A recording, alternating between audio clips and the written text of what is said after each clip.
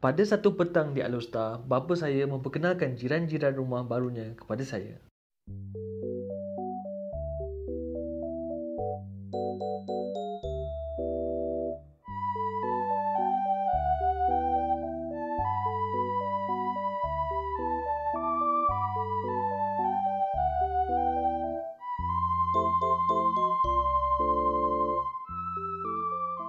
Itulah kali pertama saya dengar panggilan J. J bukan jutawan, bukan Jamal, bukan Miss J seorang watak YouTube. J ialah panggilan untuk janda. Tapi sebelum saya menceritakan perihal J, saya ingin bercerita sedikit tentang masa lampau saya. Mereka kata kita tidak akan merindui benda yang kita tak pernah ada.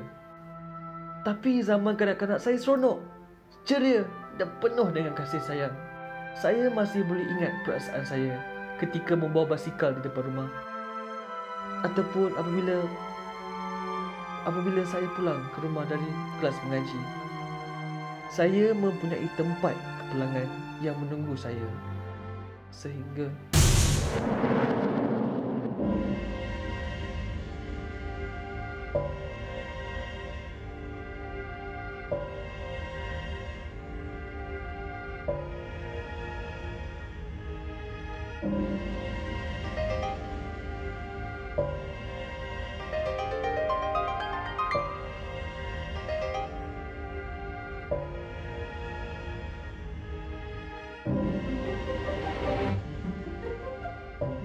seorang doktor harus belajar perubatan selama 7 tahun sebelum mendapat gelaran DR. Seorang arkitek pula 6 tahun untuk dipanggil AR.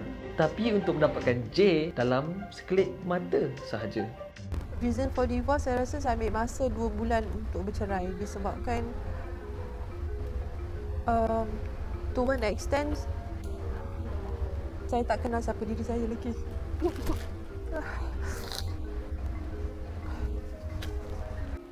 Basically normal for him not to come back during weekends and whatnot. So I just, to me, I accept it as normal. I mean, as the usual thing.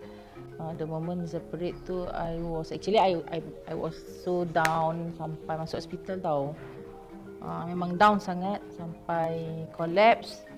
I masuk hospital because I didn't expect it to be happen. So I masuk hospital, then I masuk hospital, and then so. When the 4th day he didn't turn up, when I lodged a police report, and then berbeza dengan DR, AR, IR dan sebagainya, seorang J yang baru tidak akan memulakan kerja dengan pendapatan yang lumayan atau dipandang tinggi masyarakat. Mereka akan bermula dari kosong atau untuk kebanyakan J, hutang. We have people coming over to view the house because it's on auction. The signboard about it is everywhere. So the day I separated is the day my contract untuk I kerja selama 11 tahun tak renew. Pusing macam hidup ni kosong tau, macam tak ada makna sebab kita daripada hidup yang semuanya 100% bergantung pada suami. Tiba-tiba diceraikan, bila bercerai kita memang tak bekerja, tak ada pendapatan, tak ada apa. He didn't pay the house for like 15 months. So with all the court charges and everything for the legal for the house option it cost me a bomb. Nak cari duit lagi because I don't have saving. I tak ada saving apa-apa pun. Proses mendapatkan perceraian adalah satu proses yang tidak pernah diajar di sekolah. Ia proses yang tidak pernah diajar di mana-mana pun. Jadi, sebagai J yang baru, anda mungkin akan keliru dan tidak tahu menahu untuk melalui proses perceraian. Tapi jangan risau, pegawai-pegawai mahkamah akan membimbing perjalanan anda. When you went to Sharia court, you basically need somebody who actually guide you. Okay, akak buat macam ni, no. Memang susah lah. Anda kena pergi sebelum nak minta tu pun dia kena isi borang dulu. Terlampau banyak borang, terlampau banyak benda yang nak diisi. I would just go there and then you do not know how. I pergi sendiri pun tak sesenang ABC tau. You kena minta JKK mengatakan you are penduduk yang kat tempat sini, and then you don't actually have a place where that you can actually refer to. Terlampau banyak benda yang nak dihadirkan dekat situ. Contoh macam kalau kita pergi bekas suami tak ada, bicara tak boleh jalan kan. Dia kena postpone. Hantar surat, CC dekat Mahkamah Syariah. If let's say your husband didn't turn up, Dalam dikata macam okey, dia orang ambil masa macam mungkin nak filekan dulu ke kan, pergi counselling pun. Kalau counselling kalau dia tak datang, it will drag on and on and on. so macam tu dah lewat dah. Dah delay another 1 month kan. So tak apa. So I buat apa dia nak. You make a trip once and twice to get things done before they can kickstart the trial. Okey, macam yang soal isi borang, isi apa. Kalau dokumen-dokumen semua tak cukup, benda tak boleh jalan. I buat apa dia nak tu. The next time I pergi, salah borang pula.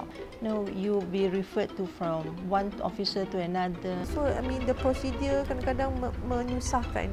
Okey, mungkin tidak. Tapi sekurang-kurangnya mereka melayan golongan J yang baru sahaja ditimpa trauma paling teruk dalam hidup mereka dengan penuh baik hati dan persefahaman. They have to treat you like nak cakap kira nak guide you ke apa ke tu memang susah lah. And then this officer, I can't say that they are supportive. Kan memang tak adalah cakap take your case as special ke apa ke kan, sebab dia ramai lagi. So you have to be at the ad hoc je lah. Okay, apa dia ke kan, apa pengaduan ke. Okay, so you have to do this, you have to do this. It's like that lah.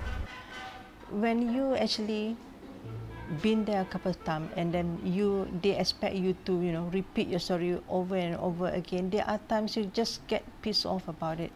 There are certain things that they say, they remark and everything. It's like you do not know how to handle your marriage. You do not know how to take care of yourself and things like that. That something bad, I would say. Something like macam tak pandai jaga husband ke, benda macam tu. But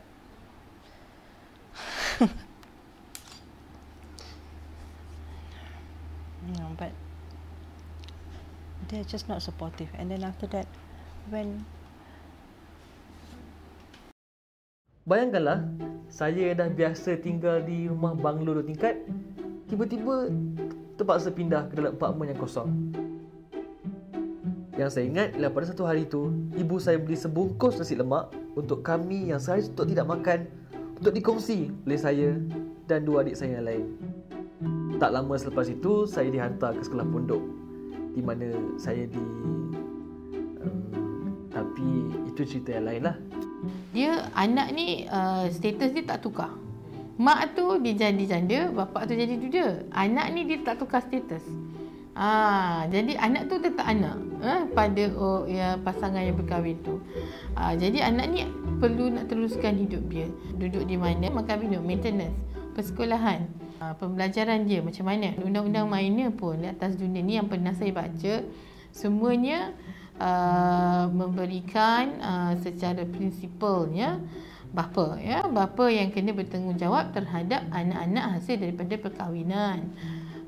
Jadi ataupun anak-anak di dalam perkahwinan itu adalah hak seorang bapa sampai dia boleh berdikari. Anak-anak yang dijaga seorang janda mempunyai hak yang memastikan mereka meneruskan kehidupan dengan normal. Tetapi mengapakah kebanyakan hak mereka tidak ditepati? Di manakah dia? Start daripada hari raya last year sampai sekarang there's no news about him. Duit pun dia tak bagi langsung dah. the last time I saw him was like 6 years back. No news, nothing ever since that. Benda tu cuma atas kertas. Saya terpaksa macam orang minta sedekah lah tiap hari atau tiap bulan. Bila anak perlu duit, saya kena call dia, minta duit dengan dia. Kalau dia ada duit, dia bagi. Kalau tak ada, dia tak bagi. Itu yang berlaku sebenarnya. Kan? Tak sempat nak buat tindakan sebab dia hilang macam tu saja. I tak tahu dia kerja kat mana. Basically, my gut feeling says that he's alive. But I filed for divorce after 2 years. And then after that, dah tak tahu dia kerja kat mana. Masalahnya daripada segi pihak suami lah, lepas tangan. Walaupun ada perintah, dia boleh lepas tangan pada. Sebab kita tak jumpa dia dah. Kita tak jumpa dia, anak-anak tak jumpa dia. Jadi benda tu tak, mana macam orang tak Tak, kata orang tak bermakna lah. Ada perintah pun benda tak terlaksana.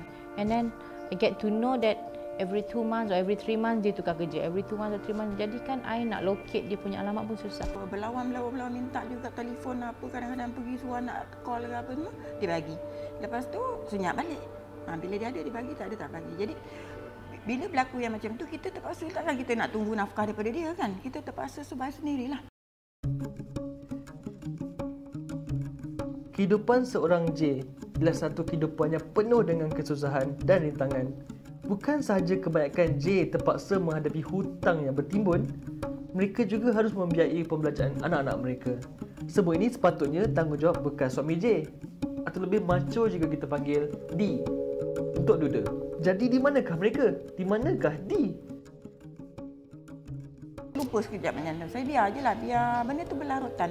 Saya percaya dengan adanya perintah mahkamah ni senang untuk berusaha nak minta mana-mana sumbangan, mana-mana pertolongan kewangan untuk anak-anak ni. Lama berlaku juga pertengkaran, walaupun dalam perjanjian jangan ada pertengkaran, jangan ada umpat keji, jangan kata ungkit-mengungkit, tapi sebabkan dia tak tunai, saya terpaksa berlawan balik. Maknanya menuntut balik hak saya kan. Lepas tu dapatlah perintah bulan ni bagi, bulan depan tak bagi. Lepas tu bila kita nak pergi mengadu je, oh dah bagi pula balik. Lepas tu sepatutnya bayar 500, bayar 300 je. Langsung dia orang pun give up kan, fed up. Langsung kebanyakan majoritinya buat hal sendirilah. Lepas tu ibu tu sendiri dengan anak tu yang bersekolah, tak ada maid nak jaga, macam mana nak pergi mahkamah, turun naik ya. Tapi bila kita tuntut, dia boleh jawab apa? Pergilah mahkamah, suka hatilah dia katakan. Tengok mahkamah boleh buat apa. Itu dia jawab. Mahkamah memang boleh bagi perintah, tapi pelaksanaan perintah tu, keberkesanan pelaksanaan perintah tu kan. Maknanya pihak lelaki sekarang ni dia tak risau apa pun, dia tahu mahkamah tak boleh buat apa. Kalau pergi pun saya rasa sebabnya pihak polis dia tak rasa pun itu bidang kuasa dia ke apa ke macam tu. Kecuali kalau kita lagi pun kita pergi ke mahkamah pun, dia akan kata dia memang tak boleh buat apa kecuali kita buka fail balik. Nampak? Kita kena buka fail balik. Sedangkan walaupun dah ada perintah pun, kita kena buka fail balik. Jadi untuk seorang ibu tunggal yang biasa, takkanlah dia macam kekejap nak naik mahkamah, kekejap nak ini. Jadi benda-benda macam tu. Itu yang menyusahkan. Bila buka fail balik, of course lah nak kena bicara lagi, nak kena buat permohonan itu lagi, permohonan ini lagi. Jadi kebanyakannya ibu tunggal jadi masalah kat situlah. Sebagai seorang rakyat Malaysia, apabila hak kita dicabuli, sistem kerajaan Malaysia akan memastikan hak kita dipulangkan dan orang-orang yang mencabuli hak tersebut untuk mendapat hukuman setimpal. Jadi, apakah hukuman D yang telah menghukum anak mereka? Kemudian tu masalahnya dapat paper je. Kan, paper tu apa kan? Jadi kita nak orang tu datang mahkamah. Lepas tu kalau kita dapat dia, katakanlah dapat dia datang mahkamah, kita tanya dia berapa dia boleh bayar. Mungkin dia akan kata sekian-sekian dia boleh bayar kan. Dia akan tunjuklah slip gaji dia semua-semua. Lepas tu penyiasatan tu, kita mempunyai satu sistem yang baik, yang bersepadu, yang boleh kita siasat orang ni memang gaji dia banyak ini kan. Itu kadang-kadang kita tak tahu, boleh kerja sendiri, businessman, dia kata dia rugi, so macam mana kan. Jadi sebenarnya kita masih lagi tak ada sistem yang baik ya, untuk kita terus je at a click of the button kita tahu dia ni berapa gajinya, semua-semua berapa sumber kewangannya kan. Apabila seseorang menjadi J, mereka kehilangan kasih sayang dari suami mereka atas persetujuan kedua-dua belah pihak. Tapi bagaimana pula dengan anak-anak mereka? Anak-anak mereka tidak pernah meminta untuk kehilangan kasih sayang seorang bapa. Di manakah D? There's one time my youngest came back and then asked me, Mama, why are we so unlucky?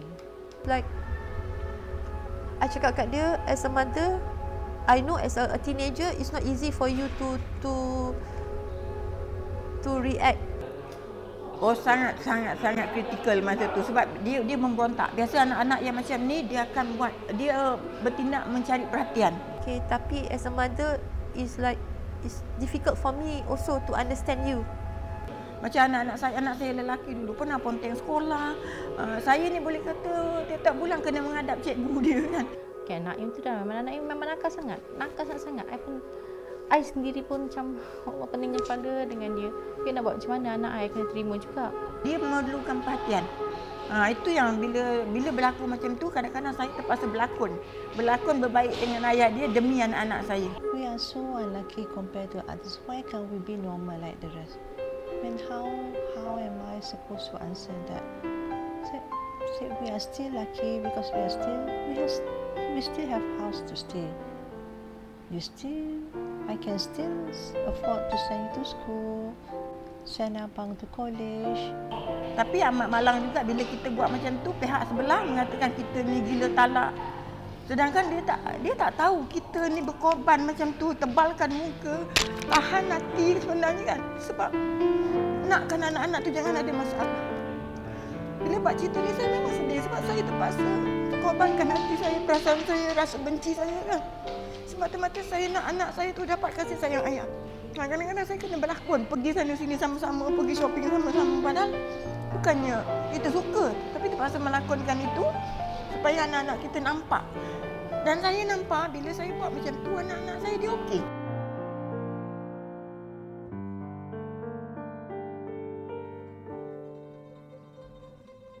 Di manakah Di? Mungkin Di terlampau sibuk bertumpang kasih. Mereka juga kehilangan keluarga sendiri. Bukankah itu akan membuatkan mereka menjalani kehidupan mereka dengan suram? Begini sajalah, seorang J dilihat dan dilayan seolah-olah mereka punca perceraian, mencari suami baru. Susah, menyusahkan, merampas suami orang lain. Dan seorang D pula, mangsa perceraian, mencari isteri baru. Senang, menyenangkan, menjadikan impian seorang perempuan bujang menjadi kenyataan.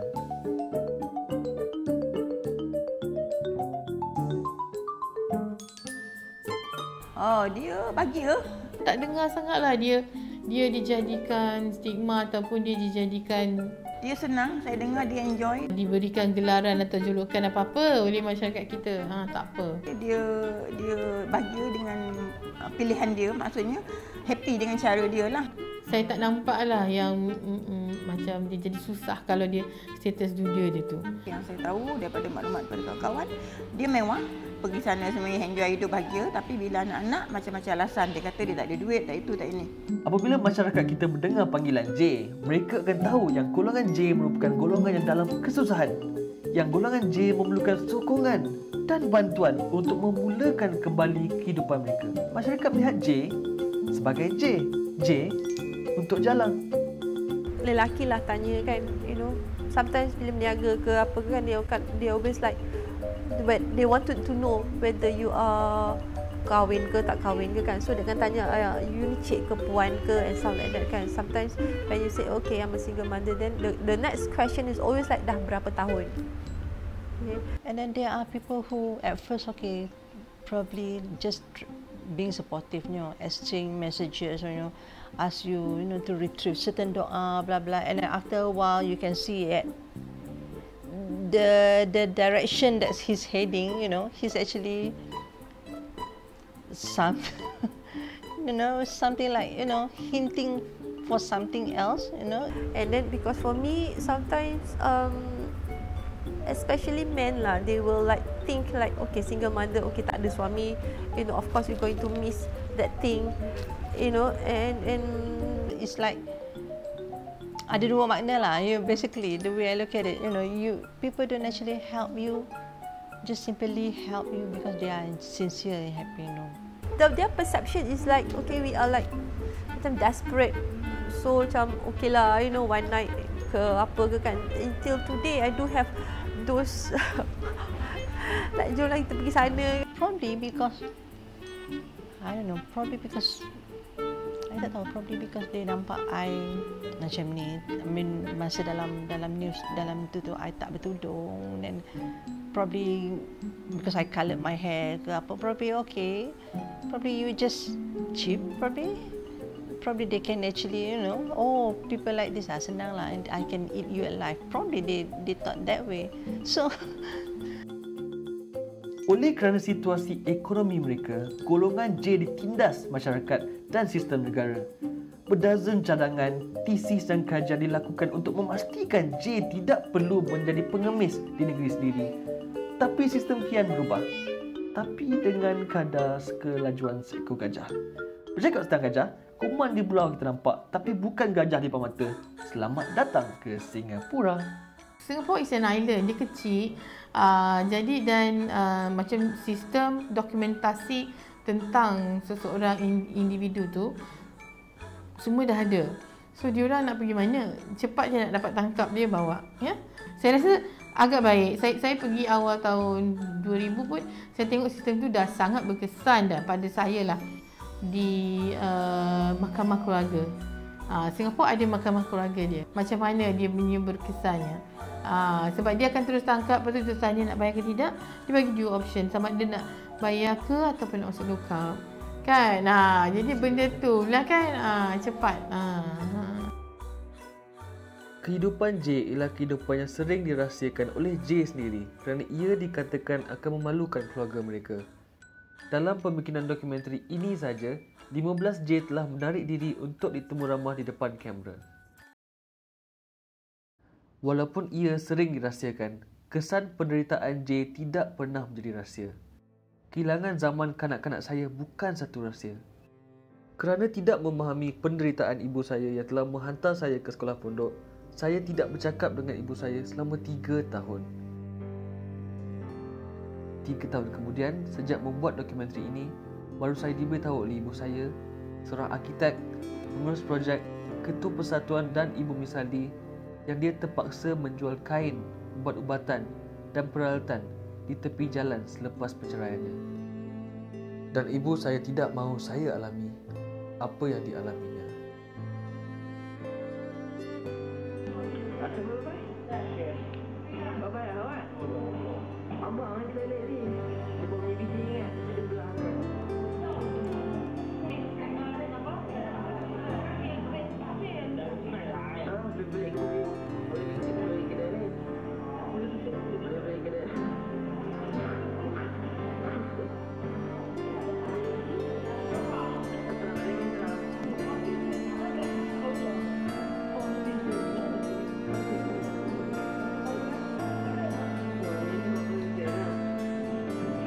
Pada satu malam di Kuala Lumpur, saya membawa ibu saya untuk menonton teater.